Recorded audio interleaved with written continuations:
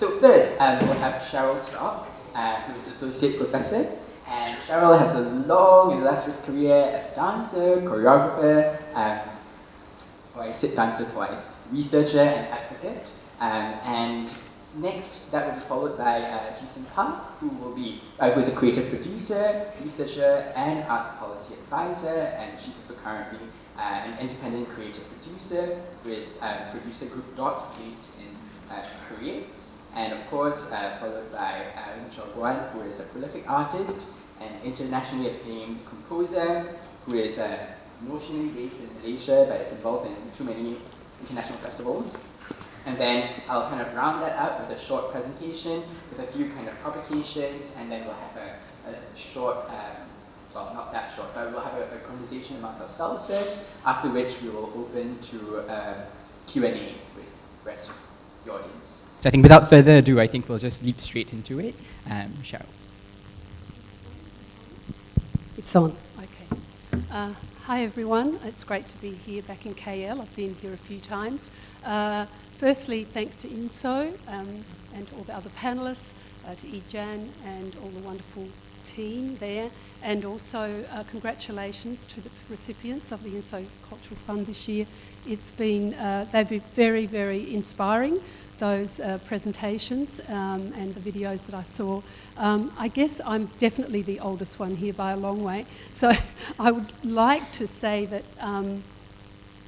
my career at the moment is much more, I guess, in supporting people for the future. So supporting not only young artists, but maybe mid-career artists, because I feel that you are the future, those of you sitting here in this room, and it's my job now, after having had a very privileged career, the world is very different now, to actually be able to support artists in different ways, to support your vision of the future. So I learn something every day from all of you. Now I'll start with that, the first slide. So that's basically my topic, but what I want to talk about, and we all talk about, well, we all collaborate all the time, but I guess looking at, we were asked about opportunities and challenges, and I felt that maybe an opportunity for collaboration, so I've got a couple of slides, sort of more on the philosophical side, I suppose, and then we'll do a case study of one of my works. Oh, why is that? Oh, that's right. So collaborative practice. I think we've all got lots of definitions, but I think opportunity is that it sets up learning places which manage knowledge as well as creativity, and I really think that's something to think about, something I've been thinking about because of the nature of how my work has changed over the years. Allows new avenues of understanding to open up, resulting in professional friendships. I kind of like that term because sometimes you don't always keep up with the people you collaborate with, but at the time you really become very close, and I think they're the networks that keep on giving, if you like. And then I think involving challenge, risk and negotiation, and we all know that very well. And I think to shy away from that is not, you need the courage, especially now in this very binary world. So looking at languages of interdisciplinary collaboration, we all know that language embodies our view of the world, and it both connects and separates us. And so I've been thinking a lot, and I'm sure you all do, and most of you speak more than one language, as in speaking and writing. But I think sometimes in collaborations we don't always think about how we need to adapt the different disciplinary and operational languages that we bring with us to a collaboration and that our colleagues have. And those operational languages are our technical creatives and all those kind of people, logistics people, producers, curators, and also the disciplinary language that we all have, and we shortcut our language. And I think that when you find the spaces between those, that's where we've got really exciting collaborations happening. And I never think of language as just text or spoken. I always think of it as visual, kinesthetic, mediated, and it's a creative and a communicative tool. And I think opening up discussions about languages and the different kinds of languages that we embody, and how to understand each other, especially in this time of our place in the world. And also I was thinking about this one, adjusting to various rhythms of communication. We communicate in different rhythms, and I think we're not always, sometimes we might get impatient with people that are slower, or wish people would slow down, but not just that.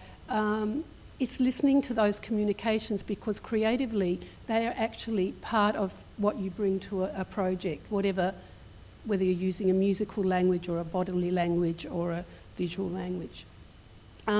So when I thought about interdisciplinary, I think one of the exciting opportunities of interdisciplinary are these things. But before I get to that, I'd like to say that I really think you need to know, if you have a particular discipline, you need to know that really well, so that you can bring a depth of your disciplinary language to be able to open it up to someone else. And so I think it enables specialists to find the spaces between their individual practice. It's in that liminal space that the work occurs, and to uncover a shared interdisciplinary language based on common principles.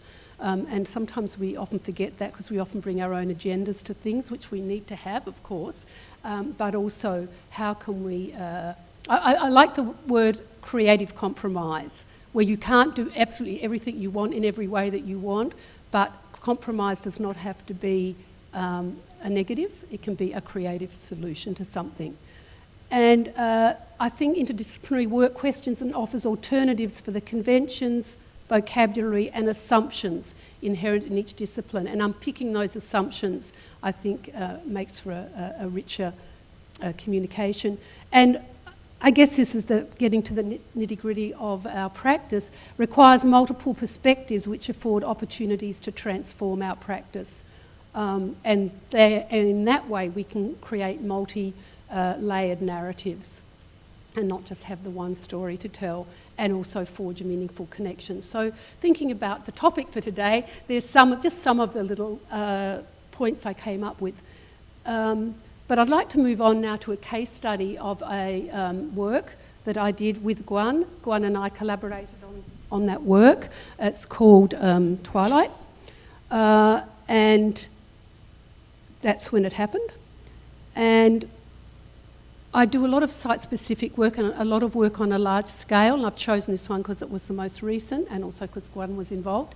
But I came up with a concept which was sensing sea, sky and earth through connection to place. So if you bring a common principle or a common concept or theme, then it's open enough, then everybody has agency, and all the teams that are brought together for these large-scale works can interpret that in their own way and bring their own perspectives to it. So that was one of our parkour performers, and that's the beautiful Coral Sea in Townsville, so that's where it was done. And I don't know, how many of you do site-specific work? Some of you? Yeah, lots of you.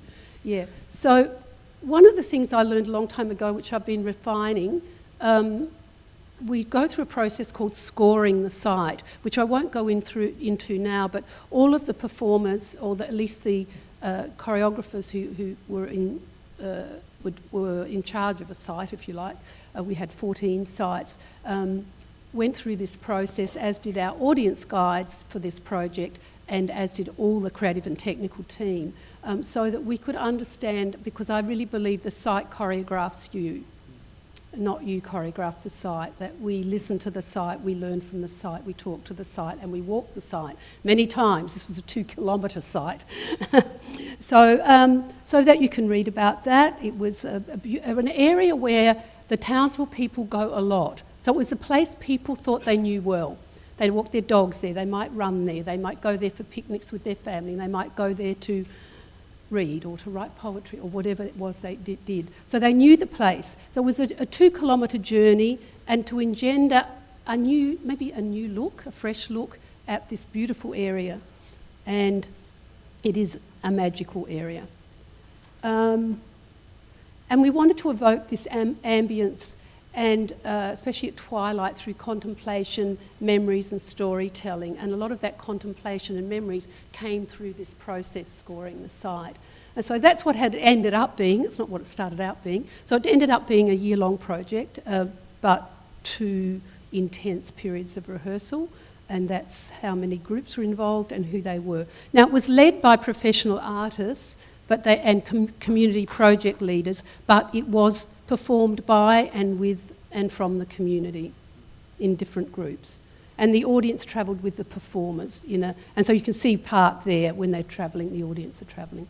So this is, I won't use the pointer, but you can see from 1 to 14 where the sites were, and it began at dusk, so it was really beautiful watching the sea and the magnetic island, and then it came down through these different points to end up at sea level at the in a kind of a what's called it's an amphitheatre, I guess. So planning the site and walking the site was really important, and there's some of our creative team.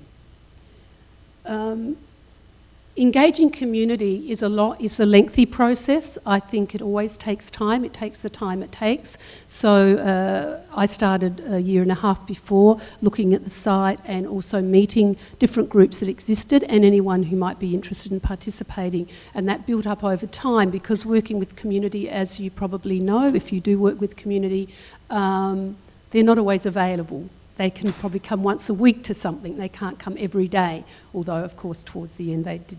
And so this was our disability group. It was 3 groups, and we had a community engagement consultant. I should say it was the 30th anniversary of Dance North, and I was, as the founding director, I was there for 11 years, I was asked to come back and remount a work, and I said, no, I would like to give back to the community and to the company and work with something, work with the people there now and look to the future rather than remount a work. So that was a great joy for all of us, actually, wasn't it? And Guan included. And there's Guan. So we had a 60-strong a cappella choir, and a brass ensemble from the Barrier Reef Orchestra, and so it was a mixture of professional musicians and professional leaders and community participants engaging in it. We had the best office and rehearsal rooms in the world. We did everything on site. Occasionally we went back to Dance North studios and offices when it was too hot, but generally everything we did on site. So the site made a lot of decisions for us. And we had students from the high school who were dance students, and also from our Indigenous community. So it was really important for us to begin with Indigenous, and that was quite a lengthy negotiation because we were on Indigenous land. Well, all of Australia's Indigenous land, but particularly these groups. So that was the older women's group and one of the sons on the didgeridoo. So there we are, starting out. As Guan often does, if you don't know already, we use the mobile foam orchestra with sounds from the site, and that was used during part of this promenade. And so that's how it was. And the audience guides were scattered throughout, so they didn't hurt themselves, and B, we moved them along. Because as you all know, everyone in this room who's making work, the logistics of some of these things can be quite frightening, and how to get 300 people moving and still see the work and still keep it moving and still do it within 70 minutes or something? 70 minutes, yeah. We're lucky it didn't rain. So the first thing we always do is Welcome to Country in Australia, and that was, so we were on the Woolgoorukaba land and Bindal land. So we had an elder welcome the audience, and the first site was a site chosen by the women, and it was interesting. I didn't see them dance until the week before we actually put the show on. We would sit around and yarn under a tree, like telling stories, talking, because to build trust and for them to feel comfortable with all the different groups that were performing. So that was and as you can see there, it was very, it was quite hilly. We did have disabled access. There were ramps, but they didn't see absolutely everything. They saw most things. And you can see that the audience could watch from there, but then as they went up those steps, the dancers were already ahead of them, and then they walked along a flat path. So it was quite hard to find the site that we could do that in. So you can see them travelling to the site. Guan had a lot of music to compose, and often it was live, and some of it we had to move sound systems secretly from one place to another because we couldn't afford to have a sound system in every single site. And so when that was happening, if they weren't seeing something, they were hearing something, or they were making the music themselves on their mobile phones. And we had an over 60s group, and that was a very special occasion for us. I didn't say, which I should have, the Dance North dancers all were responsible for our group and our site. So they choreographed the site, so they were young dancers from 26 to 35 maybe. And this group, the oldest was 84, and we asked them we took them up to the site, and we asked them to tell stories of their memories. And when they were telling them, they started to move their hands around. They were terrified of performing. They didn't want to perform, but they wanted to be in it. And then I asked them, why don't you tell us that story just with your hands? You've just done that. And that was the basis of the work. So when we say the site choreographs you, it also, their stories choreographed us, or choreographed them. Then we had two wonderful independent dancers, well, there were a lot of dancers in Townsville, especially the dance company, but so they did a wonderful scoring of the site, and they used that site to make a duet, and that was when Twilight came in. That was very beautiful, and the music for that was quite magical. The horn players were, in a way, what people didn't necessarily need to be led visually because they could be led by sound. So the brass, big site work. Brass was the best kind of instrumentation live that I think we could use, and also because of the wind, if there was wind, which sometimes there was. So they led, if you like, or they were at different points along the journey. And by the time we got to the disability group, it was dark, so they had LED light, little lights on their fingers. That was quite magical too, and they were so proud to be in that. And everyone, what happened was the groups did rehearse separately, but when they came together, they were very proud of their own contribution, but they also felt they were part of a big community of this kind of Jisun. It was an old barracks and very old Indigenous land. And so it really became a very big collaboration, although it was manageable because it was in small teams. And as I said, led by Guan, myself, Susie, the community facilitator, and also the 5 dancers all took. And then we had a call and response, because at some point we had to go down into a gully, and that was quite lovely to hear that call and response, because part of the audience was at the tail and the other part of the audience was at the front, of course, and there was 300 people in between. And we had another Indigenous group, the Torres Strait Islanders. They're the two main groups, Australian groups, and that was a family. So they performed as a family. And again, I didn't really see what they were going to do until they did or didn't turn up at various rehearsals. So these were some of the... I guess I had to, I don't know if one feels the same way, we really had to let go quite a lot, because you really have to let the rhythms, and as I said before, the communication rhythms and the rhythms of those groups, they had their own way of participating and engaging and activating. I believe that, I like to say it was a community activation, because I really felt that they made these works, not us. Another dance group, and so the audience was below them, and so as they walked along they could see these fleeting figures that had LED lights on their costumes. And there's the choir, the Capella Choir. By this time it was dark, and by the time we did the choir, people were a bit tired, so we had stools with little tea candles, and they could sit down and listen to the choir for a few moments. We had a parkour group and also Boris on the trail bike. That was quite spectacular, and people enjoyed that. And also the reason we found them was they were at the site every night before we'd chosen it, doing their parkour after work or at sort of mainly at dusk where they weren't going to be disturbed. And so that's how we found these amazing parkour. Two of the parkour guys later started doing classes with Dance North, and then they started because they worked. One of the dancer choreographers in Dance North was also a parkour artist, and he started training them, and so now they've been able to choreograph much more their work. That's Dance North's contribution called Concrete Grass, and then finally we ended up with the brass ensemble at the steps of the amphitheatre, and all the performers came down again and dispersed with the audience.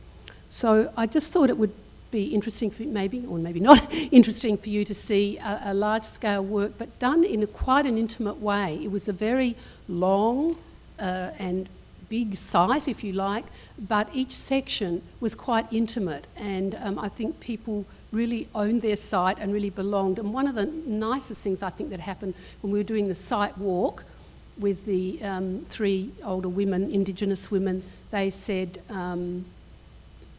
I understand now, this is a spiritual journey of sight, which was really lovely. And indeed we had disabled Indigenous people come every night. And it's quite hard sometimes to get the Indigenous and the non-Indigenous working on the same project. And I think, as I said, trust and just not being in a hurry, even though there's a deadline for the performance. So that went over 3 nights, and just want to acknowledge the creative team and the technical team. A lot of the production people were volunteers, so they were part of the community, and the audience guides were as well. And then we had to get quite a lot of sponsorship. It was done quite cheaply in a way, but what is not cheap is paying the artists, and also making the safety requirements were very stringent, of course. So we had to make a lot of people our best friends. Fire people, the council, the people who do, all of those people. So that's basically the journey. And I guess, as I said, what I learnt was, I guess one thing I wanted to talk about was distributed leadership, because there's no way that someone like myself and Guan, as the 2 directors, could actually deal with those forces and everyone to feel like they were really, really seriously a part of it. But by having this sort of distributed leadership, having the dancers take on a site and the community project leaders take on a site, that made it both very much their project, but also part of a larger project. And the after party was great, wasn't it? It was almost like and we were celebrating Dance North's 30th anniversary, but really it was about community, and we had the party on the site, and people felt very comfortable there. So I think, have I done my time? Yes, thank you. I hope I didn't go over. Oh, I did. Oh, yes, I got an award. I forgot. So we got the Australian Dance Award for Outstanding Community Dance Work. Yep. Guan and I shared. All right, thank you very much. Any questions afterwards, of course. Okay, first of all, thank you, the INXO Foundation and also agent to invite me to be here.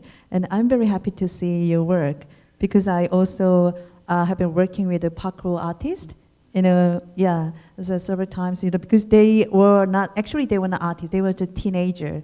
So we really took, 2 hours to not make them artists, but change them, the artists. So it was really great, the project. So your project reminded me, with that. Okay, so I'm Jisun. I'm a independent creative producer from the producer group DOT, which is Producers Collective. So we are 4 producers working together, so independently and also together. So we don't have any director, we don't have any leader. So everybody can be leader. Yeah. So I created this group in 2012. So it's very recently. So not recently. It's already 6 years. Yeah. But anyway, I think it's the new way. So I think about what is the new way to collaborate, and what is the new way to work together, what is the new way to make a new future. So our group, the way of the working in our group is kind of still experimental for us. Yeah. Oh, nothing. Okay. So anyone can read it? Yeah, it's Korean. So 다원 예수. So maybe you can read it, right? It's the same. And multidisciplinary arts and interdisciplinary art. So in Korea, so today I will share about what is the meaning of interdisciplinary art in Korea, and then how interdisciplinary artists work in Korea first, and then I will share some of the works I have done recently. Yeah. So 다원 예수 means the first word, 다, means the many. Yeah. So actually, the first, we use this 다원 예수, interdisciplinary art, in early 2000, because as the art policy. Because the Korea is the system was very conservative, but I think it's the same here, very conservative. So theater is very theater, the dance is very dance, and music is very music. So that's why theater is a very text-based work. So like a site-based work, and something new way of in the theater cannot go anywhere. Yeah, I mean in the funding system in Korea. So that's why. In the early 2000, the Korea Art Council, they created a new the category, of the funding, which is called interdisciplinary art.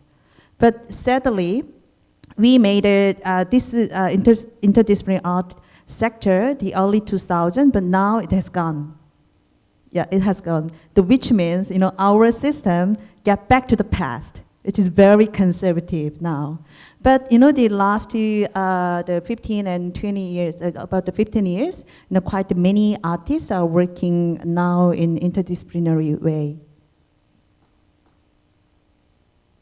Okay, so I just write some of the keyword about the interdisciplinary art. So the first. Without boundaries. So I had the interview. I had an opportunity to have an interview with 10 interdisciplinary artists in Korea last year, and then I published the book about their work and their idea about the art, and this the three keywords is what I found from their work and also from the interview I had. So first, the without boundary is an artwork without boundaries between genre and also the other field, which is the science and economy and whatever. And second is the contemporaneous.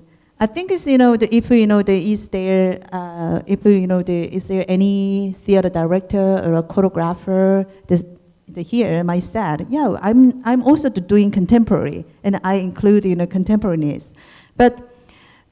When I had an interview with the artists in interdisciplinary, I found some common things. Their question to society, and their question to the world, and their question to where they are living, where they are breathing. So I think it's the contemporaneous in disciplinary art is really important for me. It seems to be really important for the artist.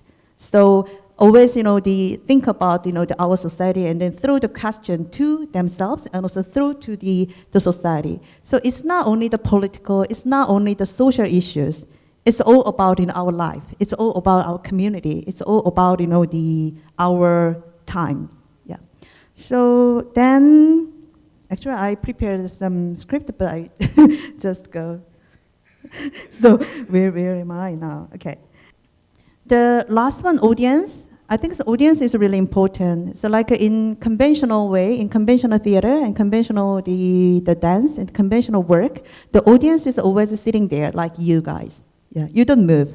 You just, the see, the what we are the speaking now. So you are very, how to say, not moving. So this is the very conventional way, that we communicate with, the audiences. But the artists I met in interdisciplinary art, they really think about the audiences a lot in the process of the creation.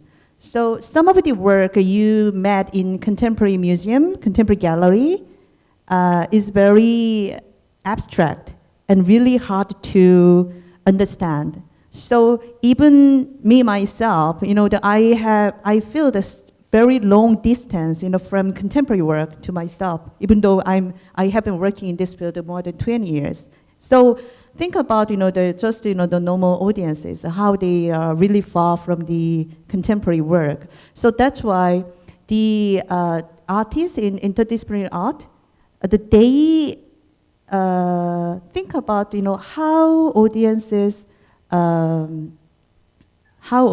engage in their work in the process of creation. So not only, but usually when we create work, we think about the audience at the last moment as a marketing, the object. Yeah. So we always we always say about audience development, which means how many audiences we will have, how many audiences we will bring in the theater. But the idea of audiences for them is totally different. So they, of course, it's really good to have the more and more audiences. But for them, the number is not important. How make them engage in their work, how they can really closely communicate with them. Because if they cannot communicate, they cannot throw the question. So if they can have any kinship, they cannot get any question from the audiences. So that's why audiences, where we have to put the audiences, in the creation process is really important for them. So some of the artists I have been working together never thought about the audiences in their creation process, but we talk, and then now when they create, they put the audience always here. So go together. So from the very starting point, from the concept, from the making conception, so audience is always together. We go, yeah. Then, okay. Yeah. Why? Change, what and how, new approach. So I think you can guess what is the question about. So first is why. So why new approach? And then why we, now why we talk about, not conventional theater, not, the dance, why we are talking now about the interdisciplinary arts. And so it's still, big question, because that is interdisciplinary art, might be the best answer, I don't know. But today, just to think about, this time. So today's era is complex and rapidly changing and rebuilding around, digital media. So we are all connected, and we, when in Korea, there are many things that happen every day. When I turn on the television, it's not, I don't see television, it's like the YouTube things, yeah. Yeah.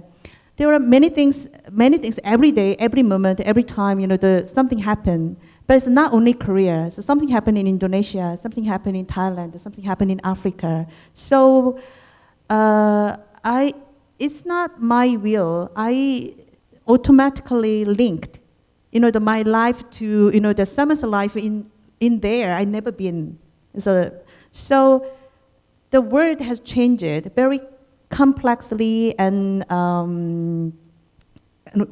I think it's reconstructed, so we had made a joke, but it is true.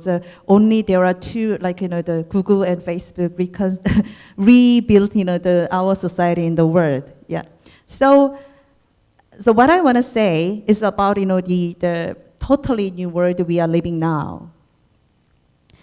And okay, yeah, and also so this the time if I say the two keyword, so one is interactivity, and the other one is the connectivity. So two things are important in our life. And contemporary art we are doing now, is not separated from the such the word. So, but also it is important for us to constantly connect and communicate with them. Yeah. So the word, I think the word is in a time when it is necessary to find a horizontal connection and a horizontal identity rather than a vertical connection. So I want to give a more example. So horizontal, the identity and the horizontal connection is the main keyword, for me nowadays. Because the mobility, horizontal identity is like this.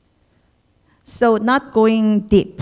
Of course, going deep is really important, but we are connected all over the world, and also we have, if we have how to say, like yeah,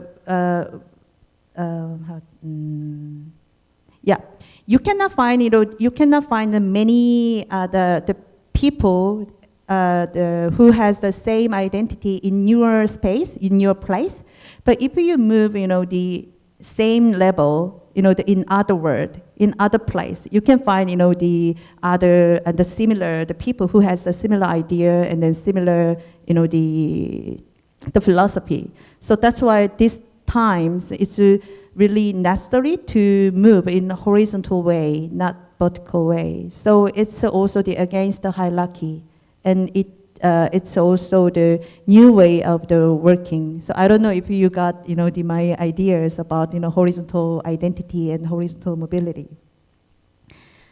And okay, then so horizontal collaboration, just you also mentioned how you work together, how you work the share the idea and then go together.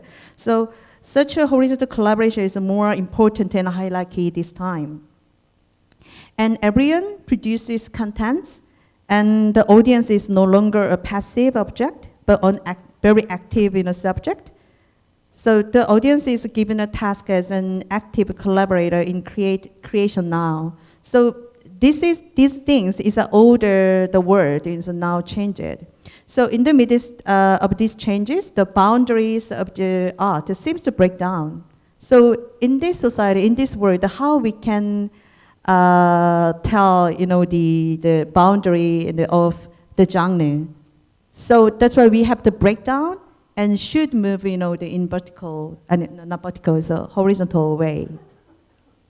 So the creative methodology has changed because the audience has changed, the word has changed, so that's why the creative methodology also has changed.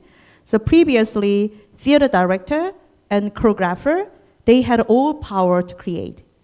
So they just give direction to performer and to sound artists and to maybe when I work with the Guan, so if I'm director, I just ask Guan to make such a music.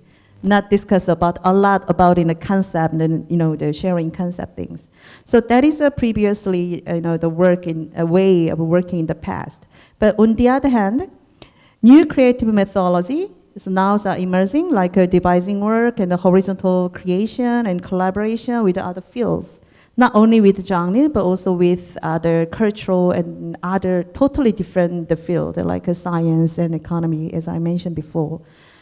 So in Korea, also in the early days of interdisciplinary arts, in the early 20s, the interdisciplinary art is like a very simple combination between two genres, two artists. So like, the choreographer meet the video artist, and they work together, but choreographer has, her own idea, and ask, the video artist to make something. That's it. Yeah, it's a very simple combination. But now, I think the way of working is totally changed. So now they more meet together and they collide So always, fighting, yeah. And then create a totally new word. So the before, two artists meet together, and then they made two actually. But now, they really collide and they meet and they discuss and then to create, totally, new creation and a new word. So I will, actually these times I'm not producing a lot. I more like to create a platform for young artists to experiment, and also the platform for all different people to meet together. But this production I have done the 2017, so it's we are still the developing work. So okay, so I will show some video, but before showing the video, I will share about the company. The company name is Untitled Road. And the Untitled Road is also the collective creative group. So working with a creative producer, me, myself, and the media artist, and game engineer, and sound artist, and also the performers. So the company aims to find the exciting way to experience art. So the group create experiment works by combining real and virtual space through collaboration with artists and non-artists from various fields. So we has mainly produced the experimental performances and installation using digital technology, such as game engine, ambisonic sound, and AL with the installation and performance. So I will play. Can I play the video? I will try. Can you play also sound? 왼편으로 쭉 들어가면 바 뒤에서 일하고 있는 바텐더 2명이 보일 것이다. It would be good to turn off the. 이곳은 모의 술집이다. light? 이제 바 테이블 위에 놓여 있는 오늘의 여정 메뉴를 살펴보라. 이 중 당신을 건드리는 단어는 무엇인가? 하나를 선택하여 The word 바텐더에게 title is a 직접 plug-in 말로 city. 주문하도록 하라. It's a site-specific 바텐더에게 performance 카드를 using 걸면 mobile 태블릿에서 application 해당 based on the 메뉴 game 버튼을 engine 눌러 and the 여정을 AR technology, so which interact with the theater space. So audience, as you see, audience will walk around the theater and its surrounding area to find the hidden 정신 stories. 차려라. 권력은 도시 So it's about our city. 권력을 거머쥔다면 So 당신의 this 시선은 work 어떻게 aims 될까? to show a city reconstructed by gathering various perspectives experienced by the selected individuals currently living in Seoul. So our question, 난을 살펴보자. so there are the question about our life in city. So what is the life connected to the urban system? Because we live in a city, and then where is controlled by the hidden system.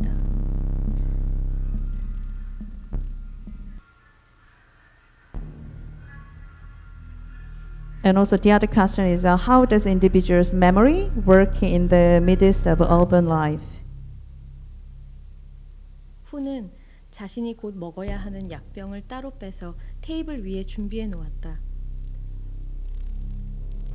후가 보지 않는 틈을 타서 다른 약과 바꾸도록 하라. So 후에게 the 들키지 media 않도록 artist 조심하라. and media artist, sound artist, the game engineer, and also the choreographer and performer and creative producers, we all together developed the concept. And at the same time, 이 공간에는 you know, 5명의 인물이 있다. the idea, so I mean the 이중 idea of 한 명에게 sound, 메시지를 idea 보내서 of 모의 술집에서 만날 수 있다. the game, idea of the whole 인물을 story has developed together. 각 인물에 대해서 상세히 적어 놓았다. 직접 가서 볼 필요도 없이 여기서 선택하면 된다. 굳이 가서 보고 정하겠다면 말리진 않겠지만 힘들게 그럴 필요는 없다. So in this work, the role of audiences is really important because we just we just created like platform and created also the we put many hidden stories around there, and then audience with their will they find the stories, and then they have to find the way to enjoy this work in this space. So that's why the certain audiences, some of the audiences enjoy like more than more than the 1.5 hours, but the certain audiences cannot find any hidden story. So they just gave up in half an hour and asked us to how can I enjoy the work. Yeah. So there are many different kinds of audiences we have. And also the older generation, like over 50 and 60, who are not accustomed to using such an app, the always every 5 minutes, they ask to the staff to enjoy the work. Yeah. So this is also the game engine based work, and then we use the VR for the first time. So now we are developing some kind of the 3D sound system for the VR. Yeah. So can you play the video? It's in English. Just some English in the subtitle you can see.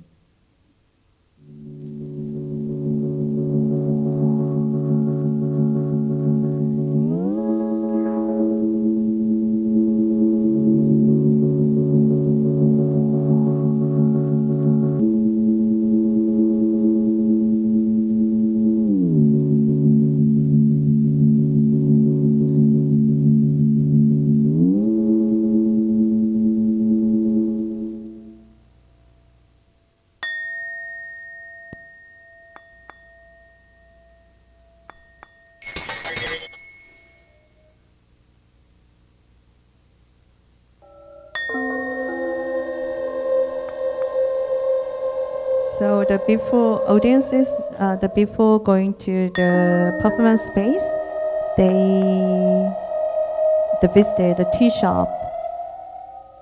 Yeah.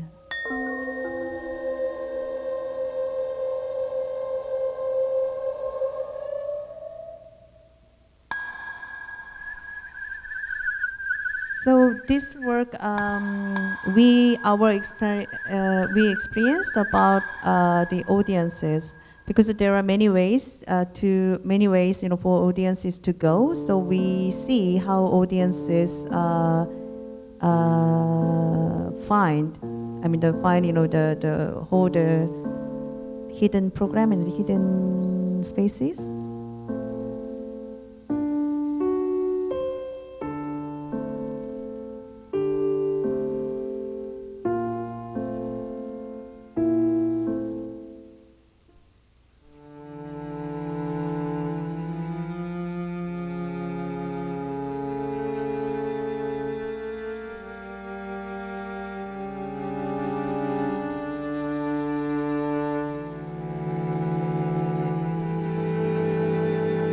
So when we created this kind of a work, it was not easy at first, because everybody has a different language, especially between artist and engineer. It's totally different. So for example, like our side in performing art, we explain our idea. Some theater, the background, the artists, they explain about the story scene by scene. But engineer didn't understand what is the scene. So the way of drawing picture is totally different. So it took, the more than, 6 months. I think the 6 months to understand, the each other's language.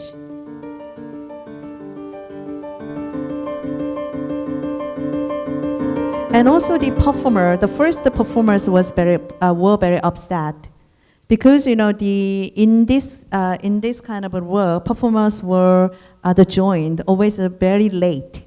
So when we created a frame, and then they join, and then the rehearsal, the process, and every process is totally different.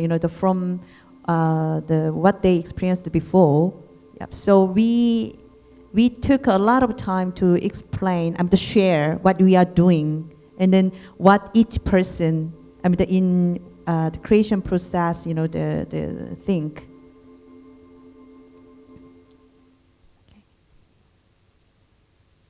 Okay, that's it. Oh, there is one more. Oh, okay. Then I will very briefly share what I've done this month. The early of this month is a Samilo Chanko Theater Lab.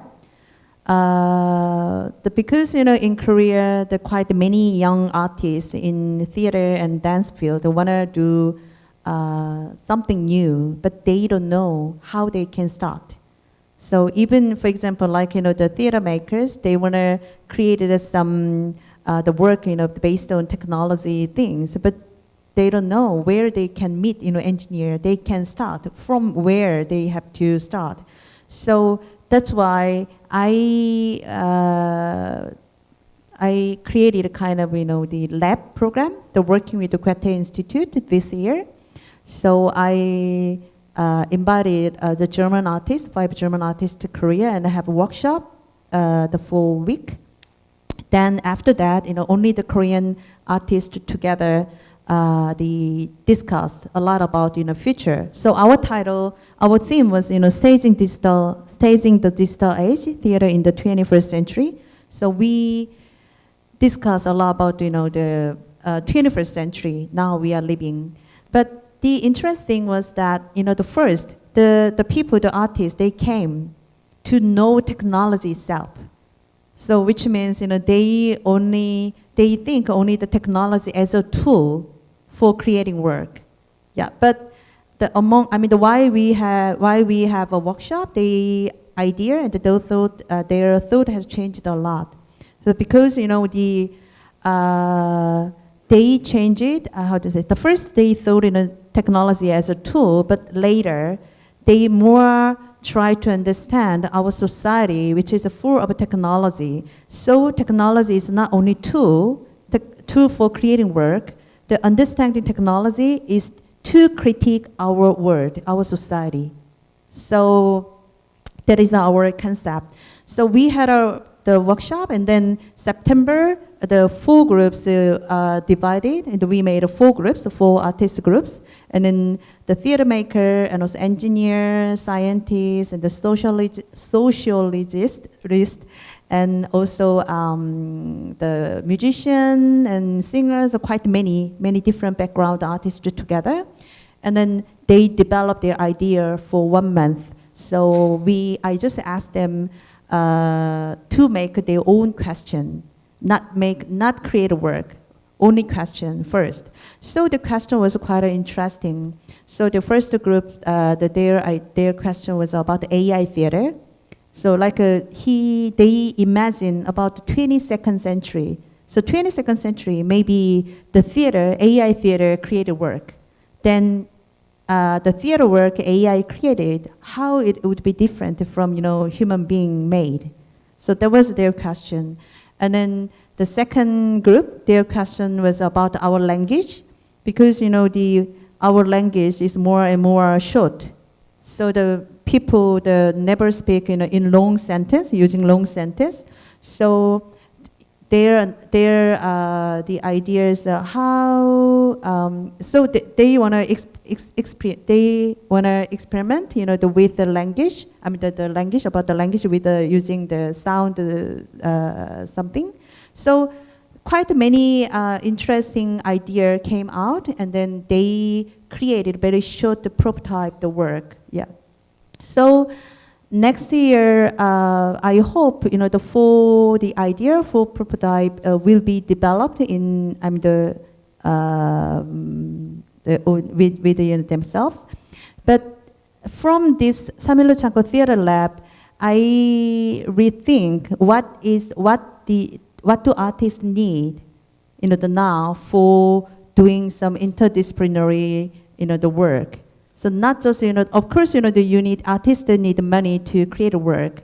Artists need the space for creating. But I think for interdisciplinary work, we create, we need, to create a kind of a platform or a kind of a lab and a kind of, there's some space, where, so many different people gathered and talk and discuss about our society and then the art. So the many different issues together, and then based on such a discussion, we can create, the work, which should be interdisciplinary the way. Yeah. So, okay, so my time is up. So thank you for listening my, the experience. Maybe we can talk more in discussion session. Yeah. Yeah, thank you so much for all the rich presentations so far. I think already, I want to save the questions to after all the presentations, but I think already I just want to pick on a few threads, right, based on the first two presentations.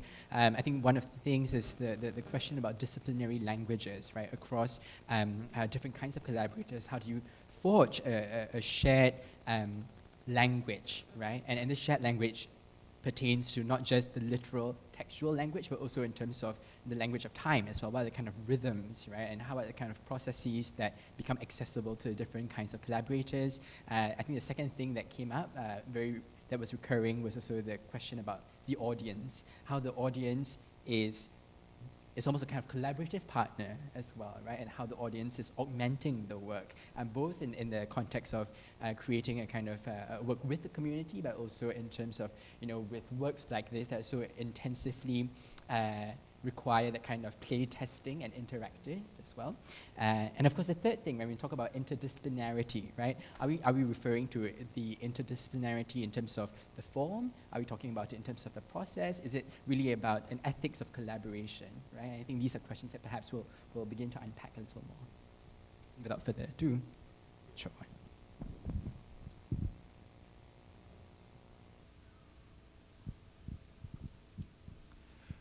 Right.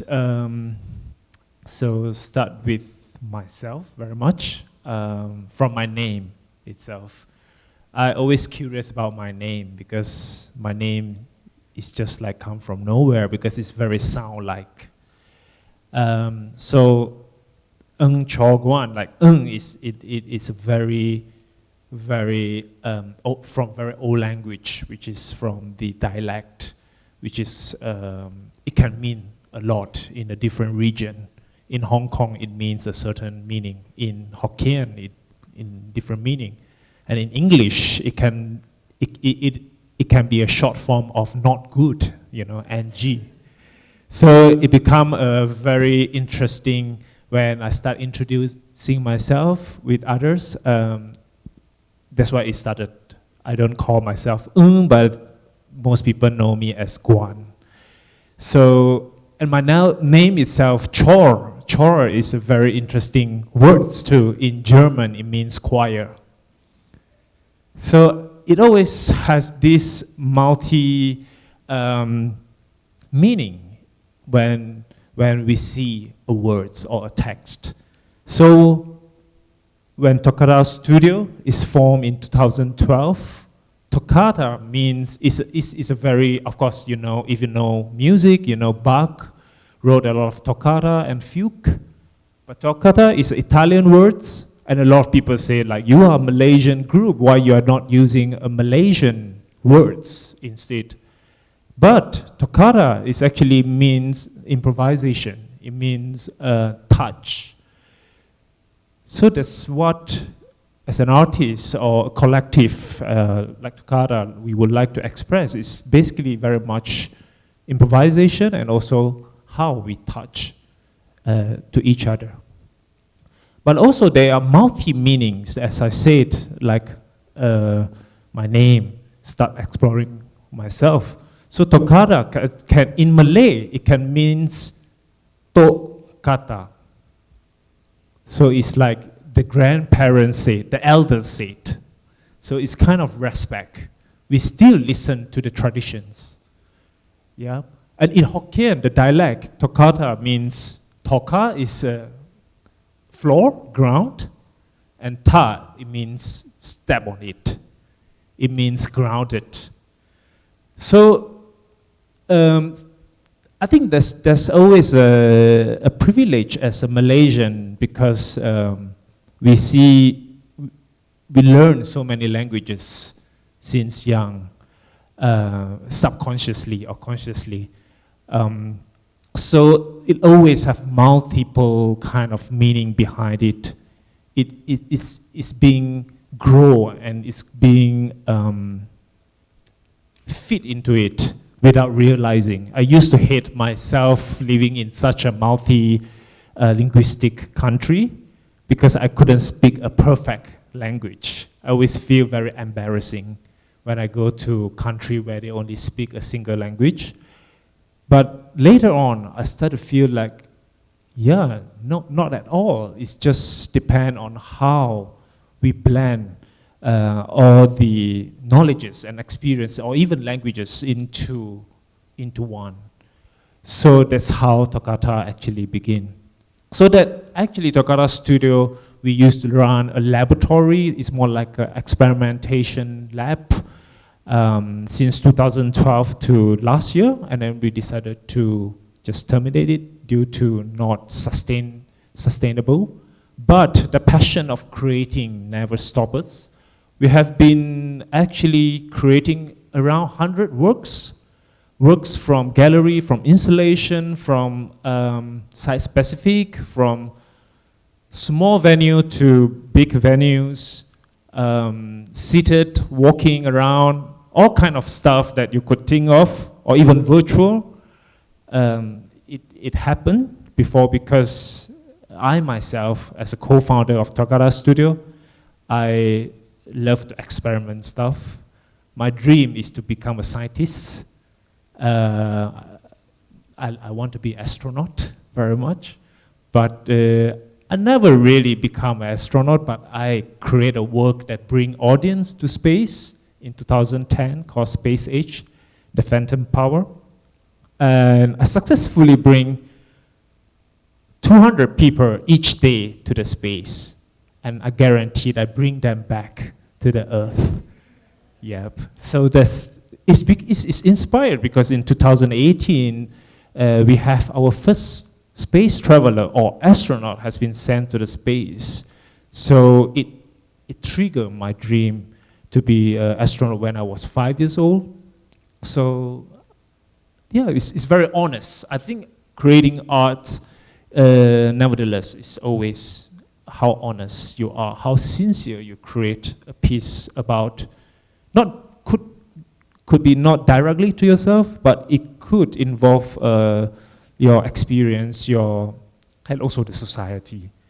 So after the Space Age, which is my very, very first full-length work present in gallery or theater, it could be happening everywhere, but the idea is about space transformation.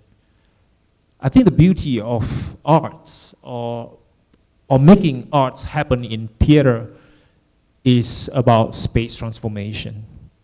We are bringing people to the space that you create. We are bringing people to the dream that you would like to dream of. So it's very futuristic, or it can be very old school. It depends on how you made it up. So we have been creating a lot of works, but today I mainly would like to focus on two of the works that we have been developed since 2011. Although Toccata Studio is formed in 2012, but Mobile Phone Orchestra, which is the work after Space Age, is because I started to feel more like to involve audience to be as the participant or the audience to be part of the performance. And by using the idea of space transformation. So then I came out with this idea of mobile phone because everyone has one mobile phone. But nowadays, at least people has 2 sometime, or 3 or 4. For myself, I have 5. Yeah. So, so why Mobile Phone Orchestra? From the background of myself, I studied music. I'm trained as a composer. I trained to compose for orchestra. And sometimes, I mean, if you have experience to attend any performance, sometimes you fall asleep, right? The reason, I mean, it's very natural. So the lights is on to keep you awake. I mean, falling asleep is not a wrong thing. It's not, you don't get punished, yeah? But why? It makes me think of why you fall asleep. It's because too comfortable? The environment in the theater is always so comfortable, so cold, so no noise except the music noise from the speakers. So you feel comfortable, you fall asleep, or you don't understand what is happening on stage. You totally got no clue, or you are too familiar with it, so you fall asleep. It could be many, many reasons. But to me, sometimes even music that I love so much, when I sit in the concert hall, I might fall asleep because I feel like I'm not involving. You feel gatal, right? You feel like, oh, I want to do something, but you can't. You can't make noise because this is all we train to behave nicely, respect to the performers. But I feel actually mobile phone has hacked into our life. It changed totally our lifestyle. So, and everyone has at least one. And mobile phone is almost everything. They know better than us. They know better than the earth. Yeah, even, and more. So I turned the mobile phone to be part of the performance. That's how it begins. So in 2011, in Georgetown, I recorded sound around the Penang Island, from Penang Hill to Penang River to the sea, the Malacca Straits. So this sound is sound is always there. Even we close our eyes, we fall asleep, sound is still happening. Sound is still making without realizing sometime. So sound also has a lot of hidden meaning behind it. It actually tells us what is going to happen. Sound is actually foresee the future. Sound is something that not only archive, but you can actually tell a lot from the sound itself. So the very first performance with mobile phone orchestra was in 2011 in Georgetown, where the audience, 300 audience, it was at outdoor, and it was at the abandoned place next to Komtar, where Komtar is a very busy, very noisy, very high decibel compound, many cars, horns and stuff. But once the lights change, the colors change, they instructed the audience, they start to play with a mobile phone into a Penang Hill soundtrack where they hold in their hand 300 speakers surrounded by the audience itself. It transformed into a forest where Komta used to be a forest. So it brings back a lot of memory to certain people, but it also gives another perspective for the people, that you could see that this sound is so powerful. And the powerful is not the sound, the powerful is about your mobile phone. Some people don't even know how to function it until the events. Then they realize that, oh yeah, the mobile phone are such a powerful thing. It's not only for phone calling, it's not for SMS. And of course nowadays people don't know what is SMS anymore. So it started from there. Mobile phone had been progressively happening, evolving in a different form. So it's not just only sound itself, but it progressed. The latest in the year last year that we create this work. It's called is a mobile phone orchestra, but it's become a performance where it immerses into spaces. We experimented it, and we first showed this in SS2, where Toccata studio, we used to have a space at SS2, and then we hack into the space. Audience are not just only watching performance, but they're also involving into the society. They're walking into the street, they're climbing into some private buildings to the top, looking into spaces, environment. And then we got invited to this festival called Biseto in Gwangju in Korea last year. And then same thing, that we're using the same methods, and then we put it into, the performance is not only outdoor, not only indoor, but you're also walking in the fire exits and going into public spaces and etc. by all using your mobile phone to be involved. Yeah. So there's the video of it. Let's have a look.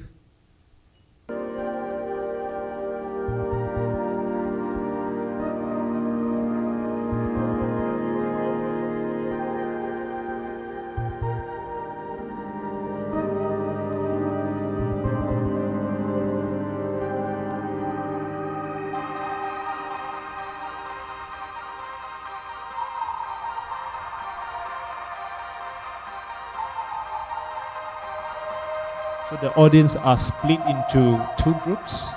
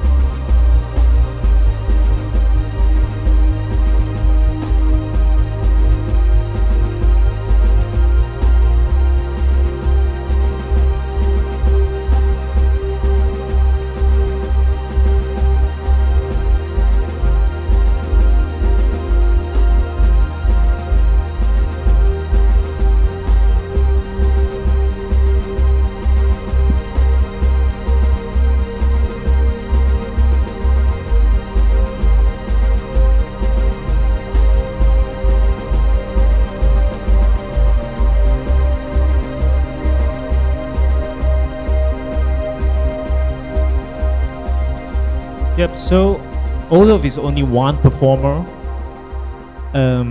during this performance, but the audience themselves is actually part of it. They are the real performers. So beside mobile phone orchestra, I've quickly introduced the other work that we have been developed since 2015. It's called Project 2020.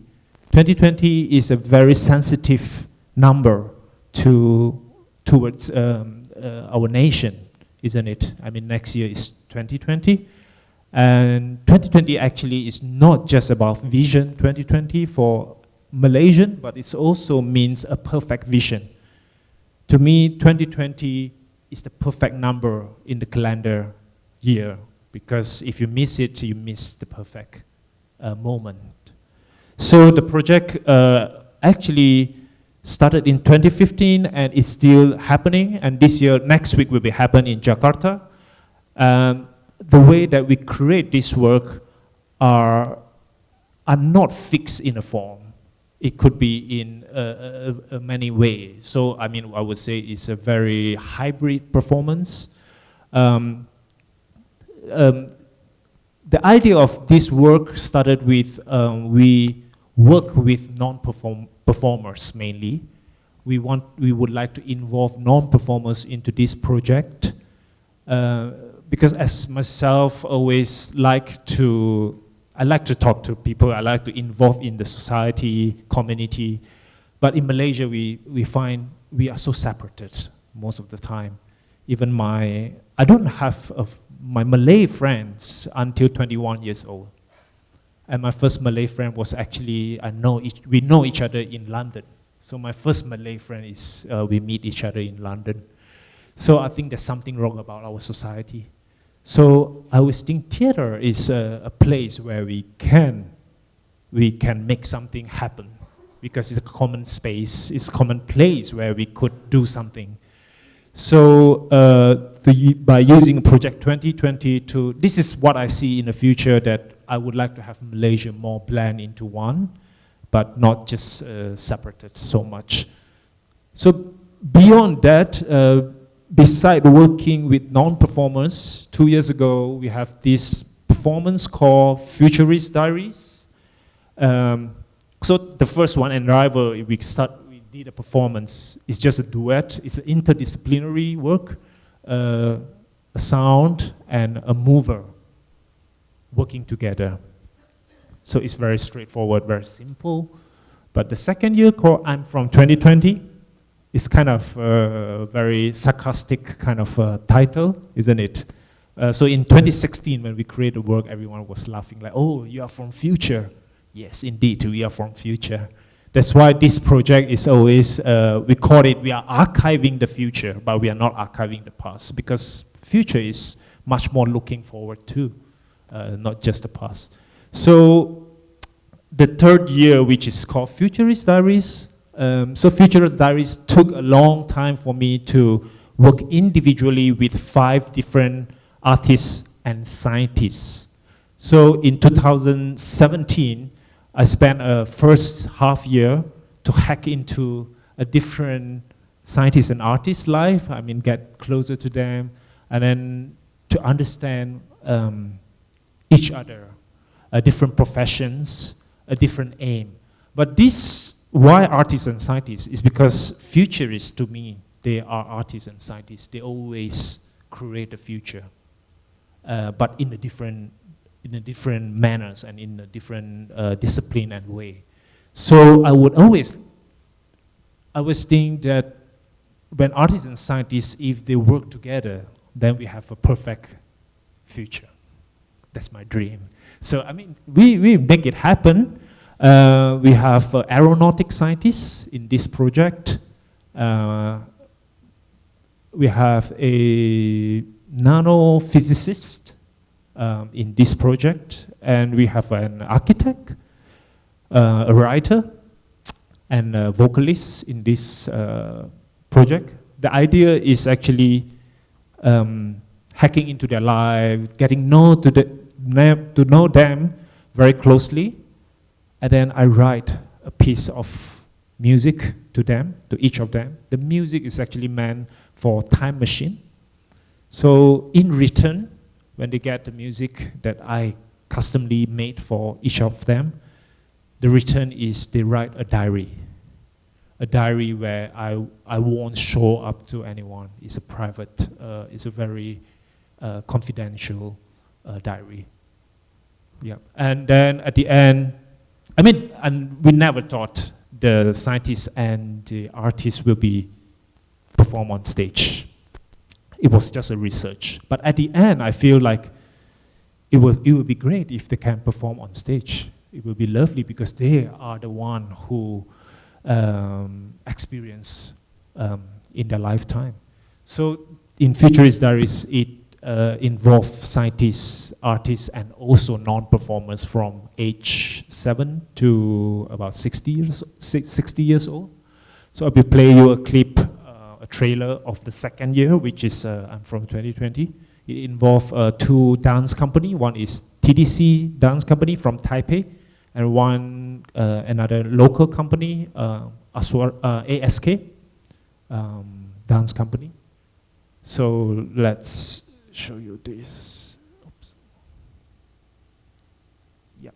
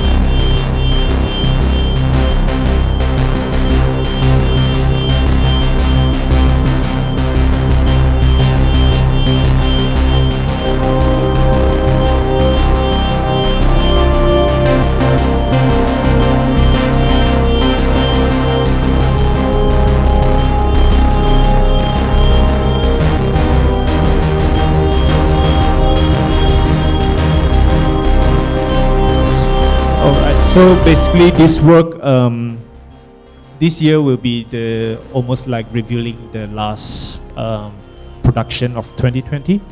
We call it Timescaper. So where the story basically is about clones sitting in a time machine, and then the time machine travels the clones to a different time. It's about multiverse theory. It's about the clones finally meeting each other at some point. So this is the last piece that we create for Project 2020. And next year probably it will be all happen together. That's the idea. So this year particularly the form is very much back to sound itself. The musicians from Germany, from Munich String Quartet, they will be playing with the body. They're moving around. They are not just sitting statically playing with the score, but they are moving with the images on the stage, the visual that we create. Why it's called Timescaper is because timescape doesn't exist, but how if you're sitting in a time machine looking outside of the window and you see the landscape, which is called timescape. But also Timescaper means the clone in the time machine is called Timescaper. But when the audience is part of this performance, they are the time escaper. Yeah, so back to the root, everything is multi-layers. So that's all of my presentation. I hope you enjoyed it. Thank you.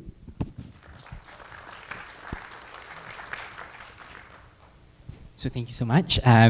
So we are quite a bit behind, but I will try to just speed through very quickly some of the kind of provocations I hope to make in framing the kind of conversation we want to have in thinking about in cross-disciplinary approaches, right? So I like to propose the word deforming, right? Thinking about what does it mean to deform a work? And actually, I think earlier in the first presentation, Cheryl was talking about how actually in cross-disciplinary approaches, you mentioned something about how it's important for the artist to realize with a great depth, right, their own discipline and what they're bringing to. And I think this is exactly that. It's about that as well, right? It's not about dissing discipline altogether, but to recognize what are these kind of the rigors and structures of the discipline, while also kind of daring or being willing to allow that form to be deformed. And that process of deformation is actually a creative one as well, whether it's being deformed by your fellow creative collaborators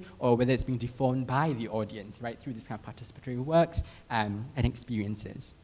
So another place that I wanted to think about is partial connections, right? Because when we think about crossing disciplines, you need a gap that you can cross, right? Gaps are actually what allows a kind of connection to happen in the first place. But the other thing that why I want to propose the notion of partiality is because I think we've heard several times in the last few presentations as well that, we're thinking about distributed forms of leadership, distributed processes, shared authorships. It's not about trying to totalize the process with one singular author. It's about thinking about how do we make sense of these kinds of networked ecologies that we are currently participating in, right? So within that space, how do we recognize a certain kind of partiality that each of our different disciplines offer, not necessarily to usurp the work, but to offer a particular kind of perspective.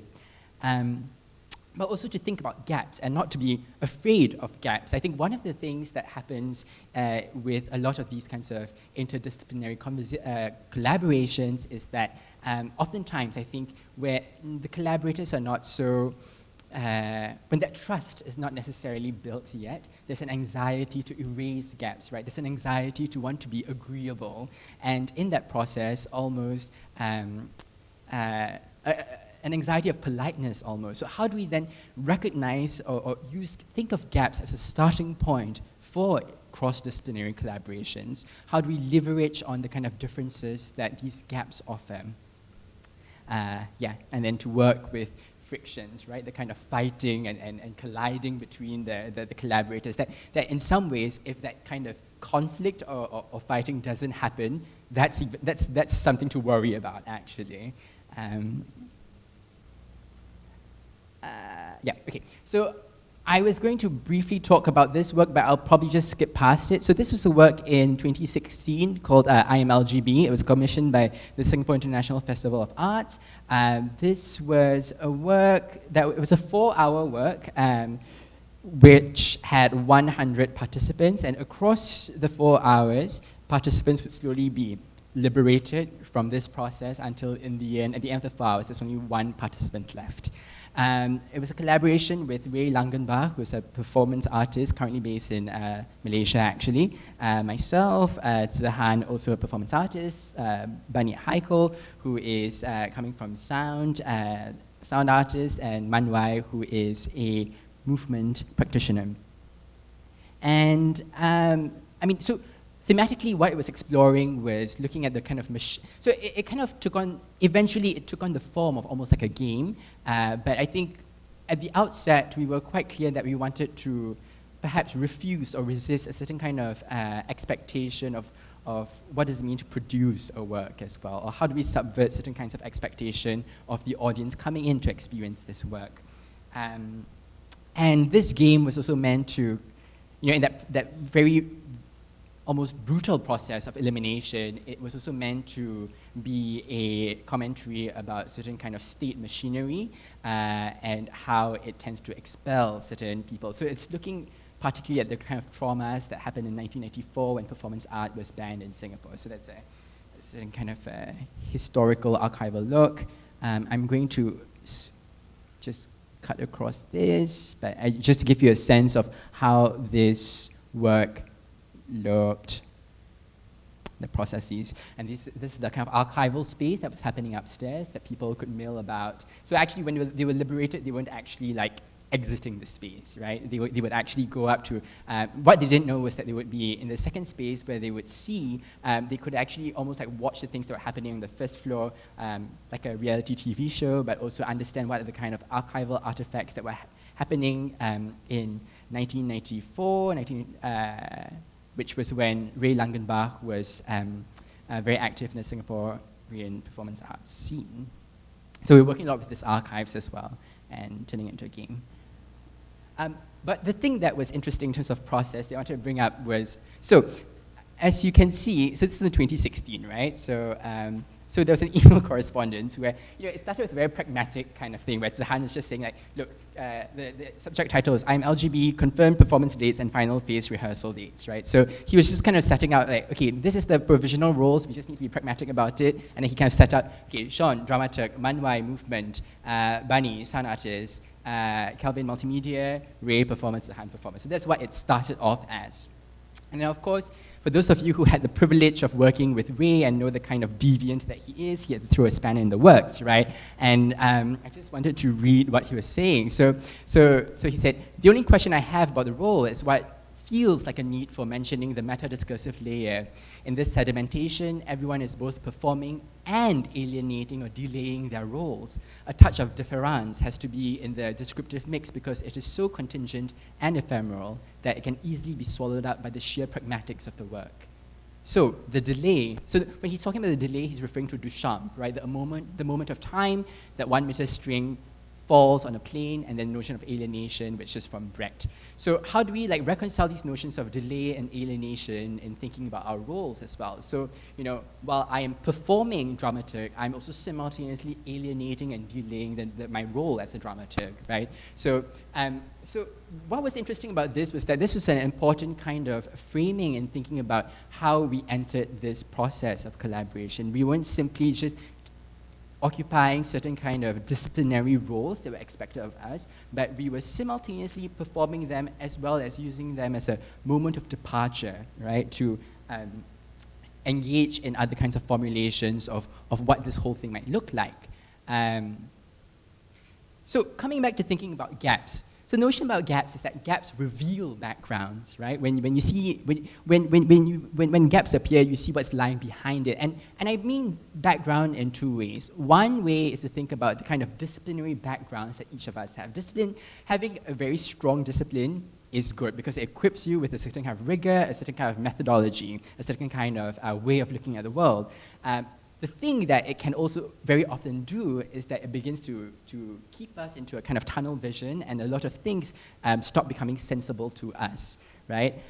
But then the second kind of background I'm thinking about is not just the disciplinary backgrounds that each individual has, but how do we also consider a kind of larger societal background? How do we think about the kind of gaps that are appearing that individual disciplines cannot quite grapple with, right? Notions like climate change, notions like network technologies, things, or even like structural ideas about state mechanisms or politics. How do we recognize the incompleteness or the partiality that each of our respective expertise or disciplines might be offering, and use that incompleteness, that gap, as a space of possibility, right, to devise other kinds of alternative models that these kinds of collaborations or cross-disciplinary collaborations might look like. I wanted to quote from the cultural anthropologist Marilyn Strathern in a very seminal book, Partial Connections, and she was talking about the process of writing anthropology, and she says, we become aware of creating more and more gaps. Hence, our activities forever magnify a background of potential significance against which, whatever the scale, we try to actualize subtle reimaginings and build models that will take everything important into account, right? So how do we recognize when certain kind of disciplinary structures or scaffolds are beginning to maybe calcify or ossify? How do we then use that possibility to then imagine other ways of being? So this slide, I just wanted to also very quickly shift the conversation to the sciences, right? So when we talk about interdisciplinary collaborations, I mean, you brought up the notions of working with scientists. Actually, in the sciences, that's very common practice, especially when you're looking at like environmental science, right? Where then you have to collaborate across a whole field of expertise. And so one of the things that they began to realize was that actually, when we say collaborate, it's very easy to erase differences, but then they realized that actually the sociologist doesn't know how to speak to the engineer, or that that actually when I say collaborate and you say collaborate, we mean very different things, right? Or we have very different kind of motivations, we have different kinds of epistemologies, we have different kinds of values as well. So how do we then begin to build the kind of scaffold for that language to even become possible for communication to take place? In that process, so these philosophers came up with this idea called the toolbox project that kind of forges a kind of toolkit to think about cross-disciplinary collaborations with a kind of philosophical underpinning, right? So it's not just about pragmatics, about you do this, that, but to think about, okay, how does this discipline think about truth claims? How does this discipline think about value systems, for example? And how do we begin to evaluate these different things? But here, with this slide, I wanted to show a certain kind of distinction that I thought was very helpful in thinking about cross-disciplinary collaborations when he talked about, when they talked about the difference between multidisciplinary collaborations, interdisciplinary collaborations, and transdisciplinary collaborations. So I think just now when Jisun was bringing up the Korean term, and then you had two different, you translated it as both interdisciplinary and multidisciplinary, and I was curious whether there was a different word that would mark these different processes, right? But at least for them, I think what they were trying to signal there was the different degrees of integration, right? Because, and it's not necessary, it's not to say that transdisciplinary works are somehow more erudite than multidisciplinary works, but it's more about intentions and making sure that these kinds of expectations are clear, right? So very briefly, multidisciplinary collaborations are when you have a whole group of different people and they are doing different things, but then they all come together in the work. A kind of interdisciplinary collaborations is when different collaborators are accessing the kind of knowledge, patterns, or skills of other kinds of collaborators, right? So you're kind of taking on different, like the dancer is also learning how to act, and then the actor is singing, etc., etc. So they're all inhabiting these different kinds of disciplines. Whereas the transdisciplinary collaboration, that's what's interesting is when they say, transdisciplinary problems are uniquely formulated and cannot be captured within existing disciplinary domains. Collaborators accept and adopt epistemological perspectives unique to the collaborative effort and distinct from those of any of the cooperating disciplines. And this is interesting because I think here is where I want to bring in the notion that when we talk about cross-disciplinary collaborations, I think it's easy to talk about it in the abstract, but to recognize that actually, we really need to look at how the kind of localizing effects of cross-disciplinary collaborations, right? It's not just a form per se. It's not a set of tools or a form, but it marks an interesting or a very specific way of recognizing how different elements might be transforming the process. This is another quote from the anthropologist Anna Tsing when she talks about mushrooms, matsutake mushrooms, right? And what's interesting is that she talks about non-scalability, because I think oftentimes in corporations and business, scalability is it's an exciting buzzword, right? Everything's about how to make things scalable, but she says actually collaborations are always non-scalable, right? And so she looks at the example of the matsutake mushroom, and she says, scalability is possible only if project elements do not form transformative relationships that might change the project as elements are added, but transformative relationships are the medium for the emergence of diversity. Scalability projects banish meaningful diversity, which is to say diversity that might change things, right? So she is, here the context behind this is that she is specifically making a criticism against supply chain capitalism that tries to erase the kind of transformative social relations when we talk about scale, just as if they were a kind of process that you can tessellate on an industrial scale without necessarily recognizing that there are very specific elements that are transforming what this thing is. And I thought that this was a very poetic and beautiful way to think about how we approach cross-disciplinary collaborations as well, right? How do we recognize the kind of non-scalable dimensions to this? And in some ways, perhaps arguably, one could also say that any kind of collaboration is cross-disciplinary, because we are never just the discipline itself, right? In terms of when we look very closely enough at how each of us are beginning to deform the process or deform the work. So I'd just like to end there and use our remaining time, which is 15 minutes, to maybe clarify some of these questions that we might have. Okay, I just spoke, so I don't really want to continue, but. Think about scalability, which I haven't thought about it in those terms, which is really interesting. When I say it was a year, you're thinking about it, you're dealing with different groups. It was in Townsville. I lived in Brisbane then. So it was when I went up there, I would spend several weeks, and I wouldn't communicate with all the groups. And then it's the thinking that happens when you're not doing the work of the work. And I think, and that was when it becomes the seed of an idea, and then it was a site work. So I spent a year before walking through that site for hours and hours and hours and hours.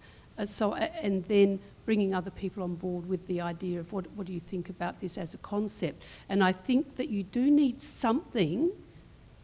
It's very hard to start with a blank page or a completely open concept, because often either mediocrity or nothing comes out, or too much comes out. So a concept that's open, and that's the hardest thing, I think, to find that concept and then ask people to contribute to and change and morph and transform that concept into something that each person can bring what they want to. And that takes time. So I knew I had a deadline of the 30th anniversary. I knew that was on a certain date, 1st to the 3rd of October 2015. I knew I had to work out, I really want to work with Guan, because we'd worked before, what his project timelines was, what my project timelines were, and work between those projects. So I guess in terms of allowing things to form and deform, you're taking a lot of chances, because we didn't always have the same people.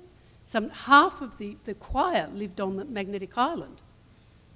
So the person who ran the choir sometimes went there for rehearsals and sometimes did them in Townsville. And we didn't really see everyone until like the preview. So it's really, we talk about the frictions. I think the creative tension of being able to let go, even though you have to keep your passion and commitment over time, is a very important thing to learn about collaboration. And those gaps where you're off doing other things doesn't mean you're not working on the thing that's got a deadline 2 years down the track. What's really, I think, been a problem for a lot of us, and maybe more my generation, is you only did have 4 weeks to make a work and put it on stage, and that was it. And then maybe it toured, and maybe you had a chance to remount it. I think those days are over, except for big companies. But I think that was a very fraught process. I think so. You've got to make the time, but you can't stop doing other things because we've got to live. So I guess the thing for me was not feeling anxious when I was totally immersed in something else. And Guan's got project after project after project, and I think a lot of you in this room probably do.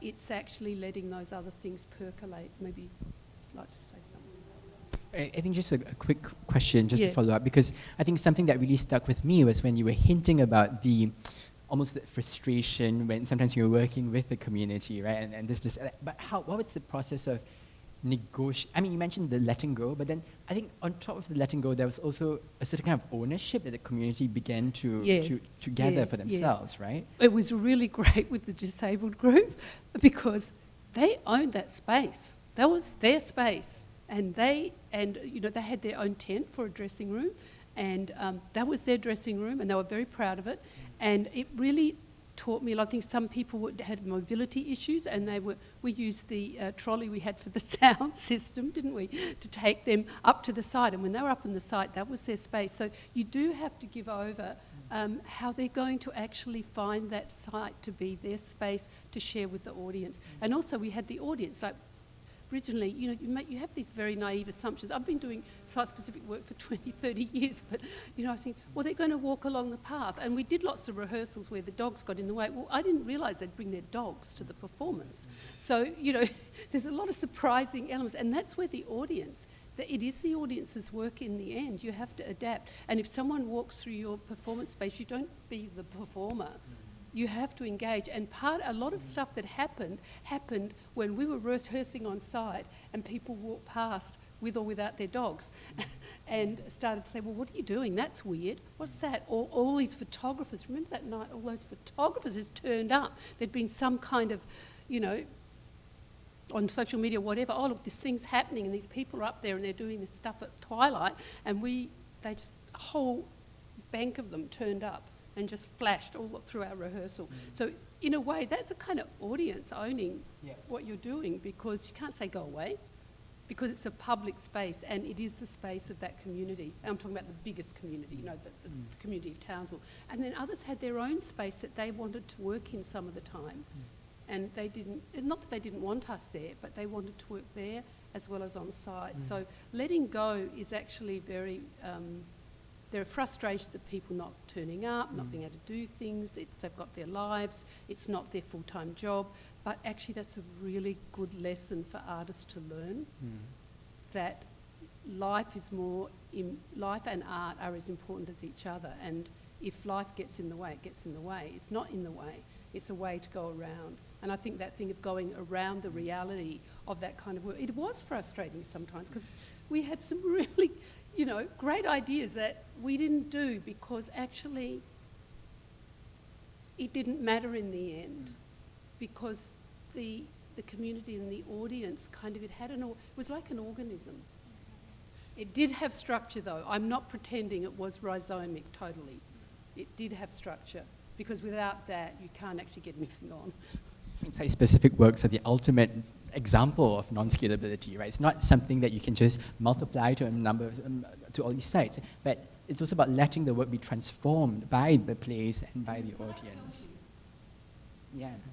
And I think, especially since we're talking about non-scalability and ecologies, right? Because I'm very curious about the kind of platform that you, the laboratory format that you were developing. And I think what was interesting was when you said that the provocation was not for them to do a work, but to ask a question, right? Like, how did that process unfold?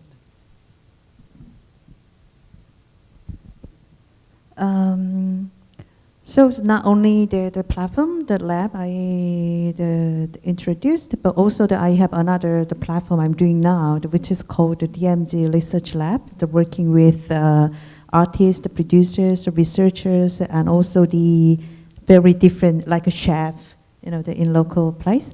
So this kind of things is all the same, the platform, the where the artists, all the people together to develop the project. And then our way, my way is always the same. So there is a big theme. So like, okay, in the lab, the big theme is technology, is a digital age. And the DMZ, the big theme is boundary. Then we share the basic concept, and then we really discuss a lot, and then to make each one's the question. So there is no one question. So should everybody, if we have 10 should have their own questions related to the big theme. So sometimes we take like 1 month only to bring the question. So and then we ask again. So like for example the lab, one artist, his question is about the dystopia. He said, he's very interested in dystopia. So that was the starting point. And then everybody asked him, why you are interested in dystopia? So what dystopia you are drawing? So do you don't believe in utopia? So do you have, kind of a negative, the perspective in the future? So this kind of question we order give, to him. And then he made another question based on our feedback. So we did this kind of the kind of workshop, so for like 1 month, and to find a very concrete, our question. Yeah. Then based on question, we have the research and the workshop all together. Then the second level, we develop our question. Yeah. So the question has also the not. So actually we takes quite a long time. We never go into the project directly. Yeah. So like 1 year.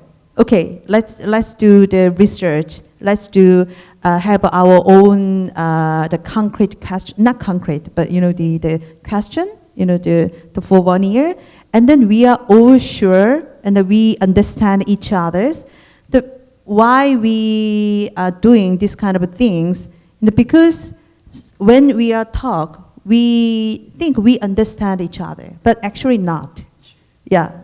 So even now we speak English, but even though I'm speaking Korean with Korean artists and the Korean colleagues, we don't understand each other.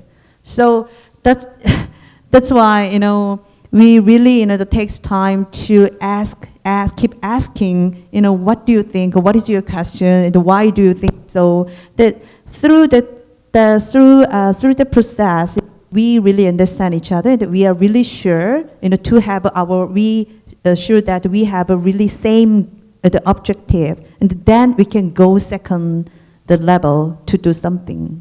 So, I mean, what seems to be quite apparent is, based on both of your responses, is that I think both of you were emphasizing the notion that it's not that it's all completely porous, right? There is maybe a very clear provocation or parameters that you set, and for the Twilight project as well, it's not completely rhizomatic as well.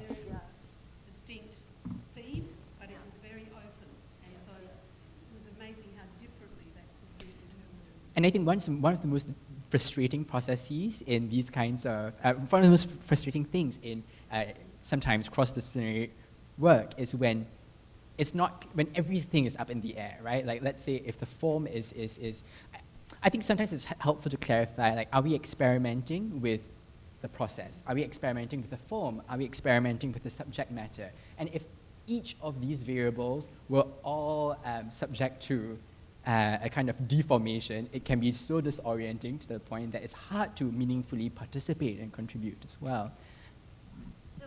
When we did the lab, we have the three different ways to the question. So one is about the form. So what you want to experiment in a form. Yeah. What do you want to experiment in subject? So we divided in the 3 and the 4, and then to make a question for each. So when you were working with, when you said that you were trying to bring together these scientists and artists, right, and putting them on stage, what kind of structures or scaffolding was helpful to kind of reconcile people coming from different industries almost? I think this refers to what Cheryl has mentioned. It's always building the trust and belief to each other. I mean, they've never been on stage, all these scientists or even some of the artists. But because of the process of itself, you build the trust. They believe that you could make them look good on stage. So they don't reluctant, they just go and do themselves. Because the value of being them on stage is all about being themselves. Yeah. And did their presence perhaps alter the ways in which the usual kind of artistic processes of these kind of performance? Did you change the structure or process in a way that allowed them to feel more ownership perhaps? I think that there's, if you really talk about it, of course there's some ownership to each of us. But of course, it also depends on how flexible that it could be, how open it between two of the collaborators would like to have that different output. So I would say it's like a game. It's like a badminton game, isn't it? When you play a single game, and you never know how the game's going to look like. Yeah. But you just make the game happen. Yeah. Yes. There's a lot of talking in collaborations, as in what we're doing now, but we also need to do things. Yep. And sometimes I think in this day and age we're very in our heads, often, even if we're embodied, even if we're dancers and choreographers. So I also think there has to be processes that people can engage in doing things, whatever that activity is. And in Twilight, just for example, it was to do with engaging with the side. Climbing, for some people climbed up trees, some people just walked and sat there for 3 hours and looked at the sunset. It's like, how can you engage with the material, whatever that material is, and it's not necessarily talking. And for us to understand the site, we did that site walk many, many times. The audience guides, the technicians, everybody that was involved in that project, the marketing people, we took them on the site journey, and then they did it by themselves. They took this kind of scoring process we had, which they could throw away if they wanted to, or they could go through, because I think you need to do things and feel things, because sometimes I think we talk so much that the understanding that we're opening up, the gaps that we're opening up, close again. Yes. Just refer to the question that I didn't finish up. And working with non-performers and also like with different discipline is always, sometimes, I mean, depends on how much role they have on stage, or they need to have the output. I think they also, this also involve a lot of workshopping with these people, to make them understand more about the discipline of what we are doing. I mean, I feel like that's a whole session that we can talk about, just trying to understand what are the different kind of strategies, whether it's having a laboratory, we're having workshops, but what are the kind of exercises or things that are being done within those spaces that allow for that negotiation, that trust, and all of that to be built. Unfortunately, I got a signal about time, and I know it's very ironic, especially for a panel that's trying to talk about. I think one thing that I want to say is that it's interesting how almost each of us were talking about the role of the audience as well, right? And how much the audience is becoming. What are the kind of, not just ethical, but what are the ethics of working with audiences? Whether it's like thinking about the audience as being part, as a collaborator from at the outset of the project, thinking about audiences as iterative models of replaying these projects. How do we allow the audience sometimes to also prove us wrong, right? And say, actually, this is not what this place is about. This is not what this community is about. And allowing that. So, ironically, unfortunately, we didn't have enough time, but maybe if we have just a bit of time just to hear what might be some of these questions that might be burning for you, we could at least like hear them. Or we could bring them into the discussions. That's true as well. Because I think the next session really is about you guys. So, you know, can I say this?